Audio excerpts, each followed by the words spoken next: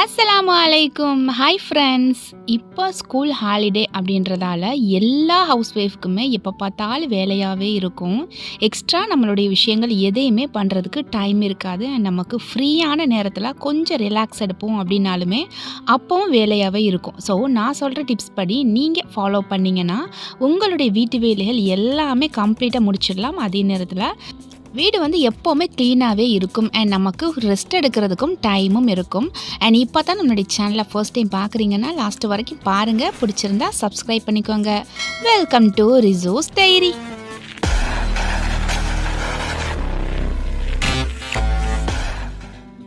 இந்த விளாக் பார்த்தீங்கன்னா Friday morning எடுத்த விளாக். ஸோ ஃப்ரைடே ஃபுல்லாக என்ன வேலை பண்ணோம் அப்படின்றத உங்ககிட்ட ஷேர் பண்ணுறேன்.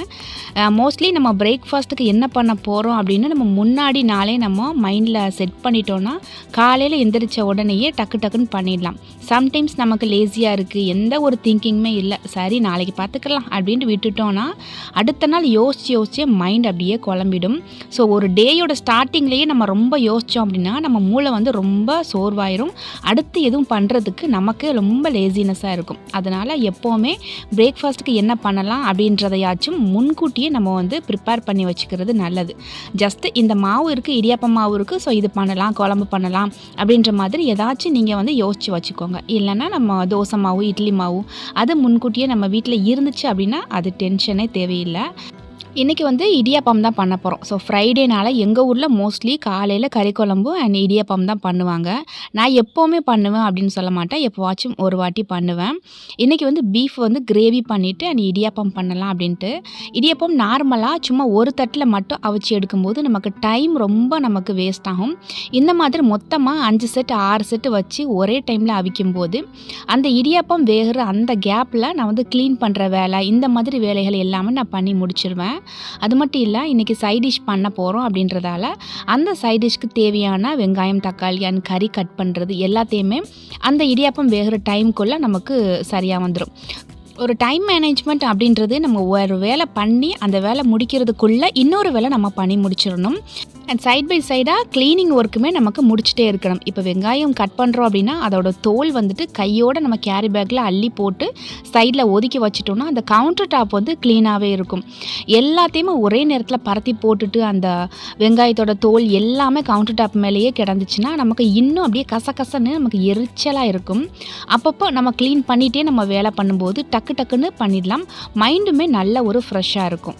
இந்த இடியாப்பா தட்டு பார்த்திங்கன்னா 5 செட்டு இருக்கிற மாதிரி நான் பண்ணியிருக்கேன். அதனால் இப்போ ஒரு இடியாப்பம் வேகிற அதே டைமில் ஒரு 5 இடியாப்பம் வேகிறதுக்கு கொஞ்சம் ஒரு 5 நிமிஷம் கூடுதலான டைம் எடுக்கும். அதனால் அந்த கேப்பில் என்னென்ன வேலை பார்க்கலாம் அப்படின்றத பார்த்து நான் வெங்காயம் ஃபுல்லாக கட் பண்ணி எடுத்துட்டேன். அதுக்கிடையில் இடியாப்பம் நல்லா வெந்து வந்துடுச்சு. இடியாப்பமே சில பேர் பெகினர்ஸாக இருக்காங்க அப்படின்னா அவங்களுக்கு சம்டைம்ஸ் ரொம்ப களி மாதிரி போயிடும் இடியாப்பம். சில நேரங்களில் அப்படியே பொழுன்னு அப்படியே கொட்டுற மாதிரி இருக்கும். இது என்ன ரீசன்னா அந்த மாவு எப்படி மேக் பண்ணுறாங்க அப்படின்றத பொறுத்து நம்ம அதுக்கு ஊற்றக்கூடிய வெந்நீர் இருக்கணும். சம்டைம்ஸ் ரைஸ் மில்லில் அரிசியை அரைச்சி வீட்டில் கொண்டு வறுத்து பண்ணுவாங்க. அந்த மாதிரி மாவுக்கு பார்த்திங்கன்னா லைட்டாக பபிள்ஸ் வரும்போதே வெந்நீரை ஆஃப் பண்ணிடணும். வீட்டில் மாவு இடிப்பாங்க, அந்த மாதிரி பண்ணக்கூடிய மாவுக்கு நல்லா கொதிச்சதுக்கப்புறம் அந்த தண்ணி ஊற்றி இடியாப்பம் மாவு பிசைஞ்சு எடுத்தோன்னா நல்லா சாஃப்டான இடியாப்பம் வந்துடும். அண்ட் காலையில் பிரேக்ஃபாஸ்ட்டுக்கு பண்ணுறதுக்கு தேவையான கறி அண்ட் நம்ம லஞ்சுக்கு தேவையான கறி எல்லாமே கட் பண்ணி தனித்தனியாக வாஷ் பண்ணி எடுத்து வச்சுட்டேன். அடுத்ததாக இடியாப்பத்துக்கு சைட் டிஷ் பார்த்திங்கன்னா பீஃப் கிரேவி பண்ண போகிறேன். அதுக்கு வெங்காயம் சேர்த்து கொஞ்சம் வதக்கிட்டேன். கொஞ்சம் நல்லா ப்ரௌன் கலரில் போகணும் அந்த வெங்காயம். ஸோ ப்ரௌன் கலரில் போகட்டும், அதை நல்லா நான் ஒரு மீடியம் ஃப்ளேமில் வச்சுக்கிட்டேன். அதுக்கிடையில் இடியாப்பம் செகண்ட் பேட்ச் நான் பிழிஞ்சிட்ருக்கேன். ஸோ இந்த மாதிரி ஒரு வெங்காயம் வேகிறதுக்கு இடையில கூட நம்மளால் வேலை பார்க்க முடியும். ஆனால் நம்ம நினைப்போம் இது கரிஞ்சு போயிருமே, அடிப்பிடிச்சிடுமே அப்படின்னு சொல்லிட்டு. கவனம் ஒரே விஷயத்தில் கவனமாக நம்ம பண்ணும்போது கண்டிப்பாக நம்மளால் டைம் மேனேஜ் பண்ண முடியும், அதிகமான டைம் சேவ் பண்ண முடியும். அண்ட் இந்த டிப்ஸ் எல்லாமே பார்த்திங்கன்னா ஹவுஸ் ஒய்ஃப்க்கு மட்டும் இல்லை, நீங்கள் ஒர்க்கிங் உமனாக இருந்தீங்க அப்படின்னாலுமே உங்களுக்குமே இது ரொம்பவே கை கொடுக்கும். அண்ட் அதுக்கு இடையில் பாருங்கள் இந்த வெங்காயம் நல்லா ப்ரௌன் கலரில் போயிடுச்சு. ஸோ இந்த கிரேவிக்கு தேவையான மசாலா எல்லாமே சேர்த்து கறியும் சேர்த்து தண்ணி எல்லாமே சேர்த்து உப்பு கரெக்டாக அப்படின்னு சொல்லிட்டு பார்த்துட்டு குக்கரை வந்து மூடி வச்சிட வேண்டியதான். அது சைடில் வெந்துட்டு இருக்கட்டும். அதுக்கடையில் நான் மதியத்துக்கு லஞ்சுக்கு சிக்கன் குழம்பு பண்ண போகிறேன். அந்த குழம்புக்கு வெங்காயம், தக்காளி, இஞ்சி பூண்டு பேஸ்ட்டு சேர்த்து மிக்ஸ் பண்ணிட்டேன். இது கொஞ்சம் மேஷ் ஆகணும். இதுக்கடையில் சிங்க் பக்கத்தில் இந்த மாதிரி டைல்ஸ் இருக்கும். ஸோ டைல்ஸ் இல்லை, இது வந்து ஸ்டிக்கர் நான் ஒட்டி வச்சுருப்பேன். இதில் லைட்டாக ஒரு மாதிரி கரல் பிடிச்ச மாதிரி இருந்துச்சு. அதையுமே லைட்டாக வந்து நான் வாஷ் பண்ணி எடுத்துட்டேன். ஸோ அந்த கேப்பில் தான் சைடில் நம்ம ஸ்டவ்வை பார்த்துக்கிறணும், கரெக்டாக இருக்க அடிப்பிடிச்சிருச்சா என்ன ஏதுன்னு பார்த்துக்கிறணும். ஸோ நல்லா க்ளீன் ஆகிடுச்சு. இதை க்ளீன் பண்ணுறதுக்கு இடையில இந்த வெங்காயம், தக்காளி எல்லாமே கொஞ்சம் நல்லா மேஷ் ஆயிடுச்சு. ஏன்னா இஞ்சி பூண்டு பேஸ்ட்டு சேர்த்து நம்ம மிக்ஸ் பண்ணும்போது சீக்கிரமாக மேஷ் ஆயிரும். லைட்டாக அடிப்பிடிச்ச மாதிரி ஆயிடுச்சு, பரவாயில்ல, நம்ம லைட்டாக மிக்ஸ் பண்ணி எடுத்துடலாம். அடுத்து குழம்பையுமே நான் ரெடி பண்ணிட்டேன். அதே மாதிரி நம்ம குழம்புக்கு எடுக்கக்கூடிய பாத்திரம் பார்த்திங்கன்னா சும்மா லைட்டாக ஒரு வெங்காயம் மட்டும் லைட்டாக வாஷ் பண்ணி போடுவோம். அதை எல்லாமே நம்ம சோப் போட்டு வாஷ் பண்ணிகிட்ருப்போம். அதை சும்மா லைட்டாக நம்ம வாஷ் பண்ணி வச்சிடலாம். ஏன்னா மதியத்துக்கு எப்படியுமா அந்த பாத்திரத்தை எடுத்து நம்ம யூஸ் பண்ண தான் செய்வோம். அதனால மொத்தமாக நம்ம லஞ்சுக்கு நம்ம யூஸ் பண்ணிவிட்டு அடுத்து நம்ம சோப்பு போட்டு வாஷ் பண்ணிடலாம். சும்மா ஒரு டம்ளரில் தண்ணி குடிப்போம். அந்த தண்ணி குடித்த டம்ளரில் தூக்கி நம்ம சிங்கில் தூக்கி போட்டுருவோம். அதை நம்ம சோப் போட்டு வாஷ் பண்ணணும். இப்படி தான் ஒன்றொன்னா நமக்கு அப்படியே பாத்திரம் குமிஞ்சிட்டே இருக்கும். ஸோ எந்த பாத்திரத்தை லைட்டாக வாஷ் பண்ணலாம், எந்த பாத்திரத்தை நல்லா சோப் போட்டு வாஷ் பண்ணலாம் அப்படின்றத பார்த்து நம்ம வாஷ் பண்ணிட்டோன்னா அதிகமாக பாத்திரம் குவியாமலும் இருக்கலாம். ஸோ இப்போ சிக்கன் குழம்பு வந்து நல்லா வெந்துட்டுருக்கு. நல்லா லோ ஃப்ளேமில் வச்சுருக்கேன். அதுக்கடையில் நான் சிங்கில் இருக்கக்கூடிய எல்லா பாத்திரத்தையுமே வாஷ் பண்ணி எடுத்துக்க போகிறேன். குட்டி குட்டி பாத்திரங்களை ஃபஸ்ட்டு வாஷ் பண்ணி முடிச்சுட்டு அடுத்த பெரிய பாத்திரங்களை வாஷ் பண்ணிட்டா சீக்கிரமாக முடிச்சிடலாம். ஸோ அதேமாதிரி கம்ப்ளீட்டாக முடிச்சாச்சு. அண்ட் மஞ்சள் தூள், மிளகாய் தூள் பார்த்திங்கன்னா நான் வெளியில் பாக்கெட்டில் வாங்க மாட்டேன். மோஸ்ட்லி என்கிட்ட நான் ரெடி பண்ண போகிறேன், ப்ரிப்பேர் பண்ணிகிட்ருக்கேன் அப்படின்னா மட்டுமே பேக்கெட்டில் வாங்குகிறேன் ஒரு அவசரத்துக்காக. இது ஆல்ரெடி லாஸ்ட் டைம் போட்ட மணி சேவிங் டிப்ஸ் வீடியோவில் சொல்லியிருந்தேன். மஞ்சள் தூளுக்கு எவ்வளோ அளவு, மிளகாய் தூளுக்கு எவ்வளோ அளவு அப்படின்னு சொல்லிட்டு. ஸோ ஆல்ரெடி பார்த்துருப்பீங்கன்னு நினைக்கிறேன் அந்த வீடியோ. அதனால் ஒரு 3 நாள் நல்லா காஞ்சிருச்சு மிளகாய், மஞ்சளுமே சரி. ஸோ அதையுமே பேக்கெட்டில் போட்டு பசங்கக்கிட்ட கொடுத்தேன் அப்படின்னா போய் ரைஸ் மில்லில் போய் அரைச்சிட்டு வந்துடுவாங்க. அண்ட் ஒரு பொருள் நம்மக்கிட்ட முடிஞ்சிருச்சு அப்படின்னா அந்த பாத்திரத்தை உடனே கையோடு நம்ம வாஷ் பண்ணி வச்சிடலாம். இதுவும் ஒரு டிப்ஸ் தான். ஸோ மொத்தமாக நம்ம வாஷ் பண்ணுறதுக்கு அப்பப்போ அந்த பொருள் எப்போல்லாம் தீருதோ நம்ம வாஷ் பண்ணி வச்சிடலாம். ஸோ சிங்கில் இருந்த பாத்திரம் எல்லாத்தையுமே வாஷ் பண்ணியாச்சு. சமையலுமே கம்ப்ளீட்டாக முடிஞ்சு. அடுத்து வந்து இது புட்டுப்பழம் அப்படின்னு சொல்லுவோம். ஒவ்வொரு ஊர்லேயும் ஒவ்வொரு மாதிரி சொல்லுவாங்கன்னு நினைக்கிறேன். ஆக்சுவலி இது பேர் முலாம்பழம்னு நினைக்கிறேன். ஆனால் நாங்கள் மோஸ்ட்லி புட்டுப்பழம் சொல்லியே பழகிட்டோம். இந்த பழம் வந்து கொஞ்சம் லைட்டாக பழுத்துருச்சு அப்படின்னாலே அந்த பழம் அப்படியே ரெண்டாக அப்படியே விரிய ஆரம்பிச்சிடும். இதை ஈஸியாக ஜூஸ் பண்ணிடலாம். மோஸ்ட்லி இப்போ வந்து மிக்ஸி ஜாரில் போட்டு இதை நல்லா அரைச்சி எடுப்பாங்க. ஆனால் அப்போது பார்த்திங்கன்னா நான் சின்ன வயசில் இருக்கும்போது எங்கள் அம்மா வந்து இதை அப்படியே போட்டு சீனி போட்டு நல்லா கைகள்னால பிசைஞ்சு கொடுப்பாங்க. நல்லா சில்லுன்னு ஐஸ் கட்டி போட்டு ரொம்ப சூப்பராக இருக்கும். அதனால எனக்கு அந்த ஞாபகம் இப்போ வந்துச்சு. ஸோ நம்மளுமே மிக்சியில் போடாமல் கைனாலேயே நம்ம மிக்ஸ் பண்ணி எடுத்துடலாம் அப்படின்ட்டு அதை அப்படியே தோல் ஈஸியாக உரிக்க வந்துடும். நல்லா பழுத்துருச்சு அப்படின்னா அது தோல் வந்து ஈஸியாக ரிமூவ் பண்ணிடலாம். இந்த ஃப்ரூட் பார்த்திங்கன்னா உடம்புக்கு நல்ல ஒரு குளிர்ச்சியை கொடுக்கும். ஏன்னா இப்போ சம்மர் சீசன் அப்படின்றதால இந்த சீசனில் நமக்கு என்ன ஃப்ரூட்ஸ் கிடைக்குதோ அந்த ஃப்ரூட்ஸ் வாங்கி நம்ம அதிகமாக யூஸ் பண்ணணும். அண்ட் இந்த பழம் நம்ம மிக்ஸி ஜாரில் போட்டு அரைச்சி எடுக்கிறோம் அப்படின்னா லைட்டாக ஒரு 1/2 டம்ளர் தண்ணி ஊற்றி சீனி சேர்த்து நல்லா மிக்ஸ் பண்ணி எடுக்கலாம். இது ஆல்ரெடி நல்லா பழுத்துருச்சு. அதனால் இது கூட நான் தண்ணியை சேர்க்கலை. இதுக்கு எவ்வளோ சுகர் வேணுமோ அதை மட்டும் ஆட் பண்ணிவிட்டு கைகள்னாலே நல்லா பிசைஞ்சு எடுக்கும்போது அந்த சீனியும் அந்த பழமும் ஒன்றா சேர்ந்து கொஞ்ச நேரத்துலேயே அப்படியே லிக்விடாக அப்படியே மாற ஆரம்பிச்சிடும். நான் பண்ண இந்த ஜூஸில் பார்த்திங்கன்னா நான் சீடு வந்து ரொம்ப அவ்வளோவா எடுக்கலை. லைட்டாக இருந்துச்சு. அந்த சீடோடு சேர்த்து குடிக்கும்போது நல்லாயிருக்கும். நம்ம மிக்ஸி ஜாரில் போடுறோம் அப்படின்னா சீடு ஒன்று கூட இல்லாமல் எடுத்து கீழே போட்டுறது நல்லது. ஸோ அவ்வளோதான், ஃப்ரெஷ்ஷான ஜூஸ் நாங்கள் குடிச்சிட்டு அடுத்து வந்து க்ளீனிங் ஒர்க்கு ஸ்டார்ட் பண்ணிட்டேன். வேலையாக இருக்கணும். நம்மளை நாம் கண்டிப்பாக பார்த்துக்கிறணும். நமக்கு என்ன தேவை அப்படின்றத நாம் தான் நிறைவேற்றிக்கணும். ஸோ சமையல் பண்ணது எல்லாத்தையுமே ஓரம் கட்டி எடுத்து வச்சாச்சு. ஸோ இந்த சைடு மட்டும் க்ளீன் பண்ணிவிட்டு அதை ஒரு ஓரமாக எடுத்து வச்சுட்டு இப்போ வந்து ஸ்டவ் வந்து க்ளீன் பண்ண போகிறேன். ஃபைனலாக சோறுமே அடுப்பில் வச்சுட்டேன். எல்லா வேலையும் முடிச்சுட்டு பார்க்கும்போது நம்ம ஸ்டவ் வந்து இவ்வளோ தான் சூப்பரான ஒரு லட்சணத்தில் இருக்கும். இதை க்ளீன் பண்ணணுமே நினச்சாலே இன்னும் நமக்கு டென்ஷன் ஆகும், கடுப்பாக இருக்கும். ஏன்னா கொஞ்சம் நம்ம பிஸி ஆகிட்டோம் அப்படின்னா லைட்டாக மேலே மட்டும் நம்ம க்ளீன் பண்ணிவிட்டு போயிடுவோம். ஸோ சிம்பிளாக க்ளீன் பண்ணுறதுக்கு இந்த டிப்ஸ் நான் ஆல்ரெடி எல்லா வீடியோலையுமே சொல்லியிருக்கேன். பேக்கிங் சோடா, நம்மக்கிட்ட பேக்கிங் சோடாவில் வச்சு நம்ம கேக்கு பண்ணுறமோ இல்லையோ க்ளீனிங் பர்பஸ்க்கு ரொம்பவே யூஸ்ஃபுல்லாக இருக்கும். லைட்டாக தண்ணி மட்டும் நீங்கள் அந்த பர்னர் மேலே லைட்டாக ஊற்றிட்டு அந்த பேக்கிங் சோடா போட்டுருங்க. போட்டுட்டு லைட்டாக ஸ்பாஞ்சை வச்சு நீங்கள் தேய்ச்சி விட்டால் போதும். ரொம்ப நீங்கள் அழுத்தி தேய்க்க வேண்டிய அவசியமே இல்லை.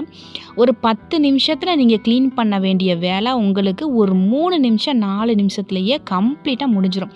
நான் லைட்டாக இந்த மாதிரி ஸ்ப்ரெட் ஸ்ப்ரெட் பண்ணி தான் விடுறேன் பாருங்கள். ஃபுல்லாக ஸ்ப்ரெட் பண்ணிவிட்டு அந்த ஸ்டவ்வை ஃபுல்லாமல் நம்ம தேய்க்கிறதுக்கு இடையில இது நல்லா ஊறிடும். நிறைய பெண்களோட கவலையே என்னென்னா, ஒரு சமையல் பண்ணி முடித்த உடனே நம்ம ஸ்டவ் வந்து நல்லா பளிச்சுன்னு இருக்கணும், ஈஸியாக க்ளீன் ஆகணும் அப்படின்ட்டு. அதனால நம்ம நினச்ச மாதிரி நம்ம ஸ்டவ் எப்போவுமே பளிச்சுன்னு இருக்கணும் அண்ட் நம்ம க்ளீன் பண்ணுறதுக்கு ரொம்ப ஈஸியாக வந்துடணும் அப்படின்னு நினச்சிங்கன்னா பேக்கிங் பவுடர் நீங்கள் கண்டிப்பாக வாங்கி வச்சுக்கோங்க. அமௌண்ட்டு ரொம்ப ரொம்ப கம்மி தான், ரொம்ப அதிகமான அமௌண்ட்டும் கிடையாது. டெய்லி நம்ம சைடில் இருக்கிற அந்த டைல்ஸை க்ளீன் பண்ணலைனாலுமே ஒரு 4 நாள் ஒரு 5 நாளுக்கு ஒரு டைம் நம்ம அந்த டைல்ஸையுமே லைட்டாக நம்ம க்ளீன் பண்ணிக்கிற வேண்டியதான். அவ்வளோதான். லைட்டாக ஸ்பாஞ்சினால் தொட்டு நான் ஆல்ரெடி தேய்ச்சி வச்ச இந்த ஸ்டவ் வந்து லைட்டாக நான் க்ளீன் பண்ணி எடுத்துக்கிறேன். ஜஸ்ட்டு ஒரு ஸ்வைப்லேயே அது நல்லா பளிச்சுன்னு ஆகிடும். ஸோ கொஞ்சம் நேரத்துலையே என்னோடய ஸ்டவ் வந்து எவ்வளோ பளிச்சுன்னு ஆகிடுச்சின்னு பாருங்கள். நீங்கள் அவசரமாக க்ளீன் ஆகணும், உடனே க்ளீன் ஆகணும் அப்படின்னு நினச்சிங்கன்னா இந்த பேக்கிங் பவுடரை கண்டிப்பாக நீங்கள் யூஸ் பண்ணி பாருங்கள், உங்களுக்கு நல்லா கை கொடுக்கும். அண்ட் மஞ்சள் தூள் மிளகாய் தூள் போட்டு வைக்கிறதுக்கு அந்த பாட்டிலையுமே வாஷ் பண்ணி சைடில் வச்சுட்டேன். ஸோ இப்போ அரைச்சி கையோடு வந்துடும், அதையுமே நான் ரீஃபில் பண்ணி வச்சுடுவேன். அண்ட் இன்றைக்கி ஃப்ரைடே அப்படின்றதால கண்டிப்பாக வீடு மாப் போடுவேன். எவ்வளோ வேலையாக இருந்தாலுமே மாப் போடுற வேலை வீக்லி ஒன்ஸ் கண்டிப்பாக நடந்துடும். அதனால் எல்லா சமையலையுமே டக்குன்னு ஒரு 11 மணிக்கெலாம் எல்லாத்தையுமே நான் முடிச்சுட்டு மாப் போட ஸ்டார்ட் பண்ணிட்டேன். அவ்வளோதான். இன்றைக்கி என்னோடய வேலை எல்லாமே கம்ப்ளீட்டாக முடிஞ்சிருச்சு. நீங்கள் பார்த்தீங்கனாலே தெரியும், நான் வேலை பண்ணும்போது கொஞ்ச நேரம் கூட நான் ரெஸ்ட்டுக்காக போயிட்டு வருவோம், இல்லை கொஞ்சம் நேரம் மொபைலை ஸ்வைப் பண்ணுவோம் அப்படின்னு நான் பண்ணவே இல்லை. ஒரு வேலை ஸ்டார்ட் பண்ணிட்டோம் அப்படின்னா டக்குன்னு முடிச்சாதான் நமக்கான நேரம் கிடைக்கும், நம்ம அடுத்த வேலை பண்ணுறதுக்கு நமக்கு அதிகமான டைமும் கிடைக்கும். நம்ம already health mix powder, weight loss powder, fresh batch வந்து ரெடி பண்ணி வச்சுட்டோம். இப்போ பார்த்தீங்கன்னா face pack, hair pack, bath powder இந்த 3மே டோட்டலாக நமக்கு காலி ஆகிடுச்சு. ஸோ 3யுமே ஒரே நேரத்தில் இப்போ நான் வந்து நல்லா காய வச்சு எடுக்கணும். அந்த ப்ராசஸ் தான் இப்போ போயிட்டுருக்கு. நம்மளோட ப்ராடக்ட் எல்லாமே 100% ஆர்கானிக்கால தான் நம்ம ப்ராடக்ட் ரெடி பண்ணி கொடுத்துட்ருக்கோம். ஸோ எல்லாமே ஹெர்பலை கொண்டு தான் நம்ம ரெடி பண்ணுறோம். இந்த ப்ராடக்ட் தமிழ்நாட்டை மட்டும் இல்லை, தமிழ்நாட்டை சுற்றி இருக்கக்கூடிய எல்லா இடங்களுக்குமே நம்ம ப்ராடக்ட் போகுது. அண்ட் அதை முடித்த கையோடு பார்த்திங்கன்னா இன்றைக்கி லஞ்சுக்கு எல்லாருமே உட்காந்து சோறு சாப்பிட்டுட்டு இருந்தாங்க. ஆனால் நான் வந்து சோறு சாப்பிடலை. எனக்கு பலாப்பழம் ரொம்ப பிடிக்கும், ஆனால் அது நல்லா இனிப்பாக இருக்கும். அந்த மாதிரி இனிக்கிற பலாப்பழம் அப்படின்னா அதை நான் சாப்பிட்டுக்கிட்டே இருப்பேன்.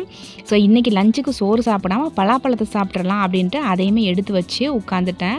அண்ட் காலையில் பண்ண அந்த ஜூஸுமே இருந்துச்சு. இன்றைக்கி இதுதான் சாப்பாடு அப்படின்றது நமக்கு பசிக்கும் போது ஏதோ ஒரு உணவு, சத்தான உணவு சாப்பிடும், அவ்வளோதான். சோறு தான் சாப்பிடணும் அப்படின்னு எதுவும் சட்டம் கிடையாது. நமக்கு பிடிச்ச மாதிரி ஒரு ஹெல்த்தியான சாப்பாடு சாப்பிட்றோம் அப்படின்னாலே அதுவே போதுமானது. அல்ஹம்துலில்லாஹ். அடுத்து பார்த்திங்கன்னா ஈவினிங் 5 மணிக்கு இந்த வீடியோ நான் வந்து ஷூட் பண்ண ஸ்டார்ட் பண்ணேன். ஆக்சுவலி இது வந்து பிளானிங்கே பண்ணலை, வீட்டுக்குள்ளேயே இருக்கும், ரொம்ப போரிங்காக இருக்குது, எங்கேயாச்சும் வெளியில் போனால் நல்லாயிருக்கும் அப்படின்ற மாதிரி தோணுச்சு. அதே நேரத்தில் நம்ம அமௌண்ட் வந்து அதிகமாக செலவு பண்ணாமல் வெளியில் போயிட்டு வரணும் அப்படின்னு தோணுச்சு. ஸோ எப்போவுமே பீச்சுக்கு தான் போகிறோம், இந்த டைம் கொஞ்சம் டிஃப்ரெண்ட்டாக போகலாம் அப்படின்ட்டு ஒரு இடத்துக்கு போயிட்டுருக்கோம். இது வந்து கீழக்கரைக்கு போகிற வழியில் இந்த பார்க் இருக்குது. இது வந்து கவர்மெண்ட் பார்க் அப்படின்றதால இதுக்கு ஃபீஸ் வந்து அவ்வளோவா நமக்கு ரொம்ப ஹையாலாம் இருக்காது, சும்மா ரொம்ப கம்மியான அமௌண்ட்டாக தான் இருக்கும். ஸோ நம்ம கம்மியான அமௌண்ட்டில் எங்கேயாச்சும் வெளியில் போகணும், மைண்டு ஃப்ரீயாக இருக்கணும் அப்படின்னு நினச்சோன்னா கண்டிப்பாக இந்த மாதிரி உங்கள் ஊருக்கு பக்கத்தில் இருக்கக்கூடிய பார்க்குக்கு போயிட்டு வாங்க. இது அழகாக நல்லா இயற்கையோடு ஒன்றிணைஞ்ச ஒன்றா இருந்துச்சு. ஆனால் நம்ம ராம்நாத் டிஸ்ட்ரிக்டில் பார்த்திங்கன்னா அதிகமான வெயில். இந்த வெயிலாக இருக்கக்கூடிய இந்த ஏரியாவிலையுமே இப்படி ஒரு பார்க் இருக்குது அப்படின்றது உண்மையிலேயே ஒரு ஆச்சரியமான ஒரு விஷயந்தான். இந்த பார்க்குக்கு இப்போ தான் நான் ஃபர்ஸ்ட் டைம் வர்றேன். பட் இது இருக்குன்னு தெரியும், ஆனால் வந்ததில்லை. உள்ளே வந்து பார்க்கும்போது நல்லா இருந்துச்சு, அந்த கிளைமேட் எல்லாமே சூப்பராக இருந்துச்சு. நாங்கள் ஈவினிங்க்கு மேலே போனனால வெயில் எதுவுமே இல்லை, நல்லா கொஞ்சம் லைட்டான ஒரு காற்று, ஆனால் ரொம்ப கூலிங் அப்படின்லாம் சொல்ல முடியாது. இதுக்கு முன்னாடி இதே மாதிரியான ஒரு செட்டிங்ஸில் நம்ம கொடைக்கானல், ஊட்டியில் நம்ம பார்த்துருக்கோம். அதில் வந்து நல்லா சில்லுன கிளைமேட்டோடு சேர்த்து பார்க்கும்போது இன்னும் நல்லா என்ஜாய்மெண்ட்டாக இருக்கும். பட் இப்போ வந்து கிளைமேட் வந்து ரொம்ப ஹீட்டாக இருக்கிறதால இதை என்ஜாய் பண்ணுறதுக்கு அவ்வளோவா மனசு வரல அப்படின்னு தான் ஹானஸ்ட்டாக ரிவ்யூ கொடுக்கலாம். பட் சின்ன பிள்ளைங்களாம் கூட்டிகிட்டு போனோம் அப்படின்னா அவங்க விளையாடுறதுக்கு எல்லாமே இருந்துச்சு. ஸோ அவங்க நல்லா பீஸ்ஃபுல்லாக விளையாடலாம். அவங்கள விளையாட விட்டுட்டு நம்ம ஒரு ஓரத்தில் உட்காந்து நம்ம வேடிக்கை பார்க்கலாம் அப்படின்னா இந்த பார்க்குக்கு போகலாம். நம்ம எக்ஸிபிஷன் போனாலும் எங்கே போனாலுமே இந்த மாதிரி ராட்டினம், ஊஞ்சல் இது எல்லாமே இருக்கும். நமக்கு ஒர்த்தானது இந்த ஊஞ்சல் மட்டும்தான். அண்ட் இந்த நேரத்தில் ஒரு சின்ன விஷயம் நான் உங்ககிட்ட ஷேர் பண்ணிக்கிறேன். நிறைய பேர் எனக்கு டிஎம் பண்ணியிருக்கீங்க. மார்க்கெட்டிங் டிப்ஸ்னு சொல்லுங்கள், உங்களோட வீடியோ பார்த்துட்டு நான் பிஸ்னஸ் ஸ்டார்ட் பண்ணியிருக்கேன், பட் அது எப்படி மார்க்கெட்டிங் பண்ணணும் தெரியலை சிஸ்டர், வீடியோவில் போடுங்கன்னு அகெயின் அண்ட் அகெயின் எனக்கு கமெண்ட் பண்ணுறீங்க, எனக்கு டிஎம்மும் பண்ணுறீங்க. மார்க்கெட்டிங் அப்படின்றது இப்போ ஒரு விஷயம் நம்ம ஸ்டார்ட் பண்ணிட்டோம், பிஸ்னஸ் பண்ணுறோம் அப்படின்னா ஸ்டார்டிங்லேயே நமக்கு ஹையஸ்ட் லெவலில் போகாது. ஸோ நம்ம ஸ்டெப் பை ஸ்டெப்பாக தான் நம்ம கொண்டு போகணும். எந்த பிஸ்னஸுமே நீங்கள் பண்ணுறீங்க அப்படின்னா ஃபஸ்ட்டு உங்களுடைய வாட்ஸ்அப்பில் ஸ்டேட்டஸில் போடுங்க, உங்கள் ஃபேமிலி அண்ட் ஃப்ரெண்ட்ஸ் கிட்ட ஷேர் பண்ணுங்கள், சப்போர்ட் பண்ண சொல்லுங்கள். வாய் வழி விளம்பரம் அப்படின்றது கண்டிப்பாக வேணும். அதை நம்ம 4 பேர்கிட்ட எடுத்து சொன்னால் மட்டும்தான் அவங்களுக்கு தெரியும், அந்த ப்ராடக்டை வாங்கி யூஸ் பண்ணுவாங்க. பட் ஒரு ப்ராடக்ட் நீங்கள் பண்ணுறீங்க அப்படின்னா அதை ஃப்ரீயாக ஒருத்தவங்க கிட்ட கொடுத்து இதை நீங்கள் யூஸ் பண்ணி பாருங்கள் அப்படின்னு அந்த ஒரு தப்பு மட்டும் பண்ணிடாதீங்க. இந்த விஷயத்தை நான் ஆணித்தனமாக சொல்லுவேன். யாருக்கு கொடுக்குறதா இருந்தாலும் அமௌண்ட்டு கொடுத்து அவங்க வாங்கி யூஸ் பண்ண சொல்லுங்கள். ஏன்னா பணம் கொடுத்து ஒரு பொருள் வாங்கினா மட்டும்தான் அதை பயன்படுத்தி பார்ப்பாங்க. நீங்கள் ஃப்ரீயாக கொடுத்தீங்கன்னா அதை ஒரு மூலையில் தூக்கி போட்டுட்டு இருந்துருவாங்க. ஸோ உங்களுடைய வாட்ஸ்அப் ஸ்டேட்டஸ், ஃபேஸ்புக்கு, இன்ஸ்டாகிராம் இந்த மாதிரி சோஷியல் மீடியாவில் உங்களோட ப்ராடக்டை பற்றி நீங்கள் ப்ரமோஷன் பண்ண பாருங்கள். அதாவது ப்ரமோஷன் அப்படின்றது நீங்களே உங்களோட ப்ராடக்டை விளம்பரப்படுத்துங்க. அண்ட் எதுவுமே பண்ணாமல் நம்ம வீட்டிலேயே சும்மா இருக்கோம் அப்படின்னு இல்லாமல் ஏதாச்சும் ஒரு பிஸ்னஸ் பண்ணலாம் அப்படின்னு நினச்சி நீங்கள் பண்ணியிருக்கீங்களா? ஸோ அதுக்கே மிகப்பெரிய பாராட்டுக்கள். ஸோ உங்களை நீங்களே பாராட்டிக்கோங்க. எதுவுமே சீக்கிரமாக கிடச்சிடாது, ஆனால் நம்ம முயற்சி பண்ணால் கண்டிப்பாக நமக்கு கிடைக்காதது எதுவுமே கிடையாது. ஸோ தொடர்ந்து முயற்சி பண்ணுங்கள், நெகட்டிவ் ஆகாமல் எப்போவுமே பாசிட்டிவாகவே இருங்க. அண்ட் நம்மளுடைய பாசிட்டிவ் எண்ணங்களை இன்னும் இன்க்ரீஸ் பண்ணணும்னா நம்மளோட சேனலை கண்டிப்பாக சப்ஸ்கிரைப் பண்ணிக்கோங்க. இன்ஷா அல்லாஹ் நெக்ஸ்ட் ஒரு சூப்பரான வீடியோவில் பார்க்கலாம். தேங்க்ஸ் ஃபார் வாட்சிங்.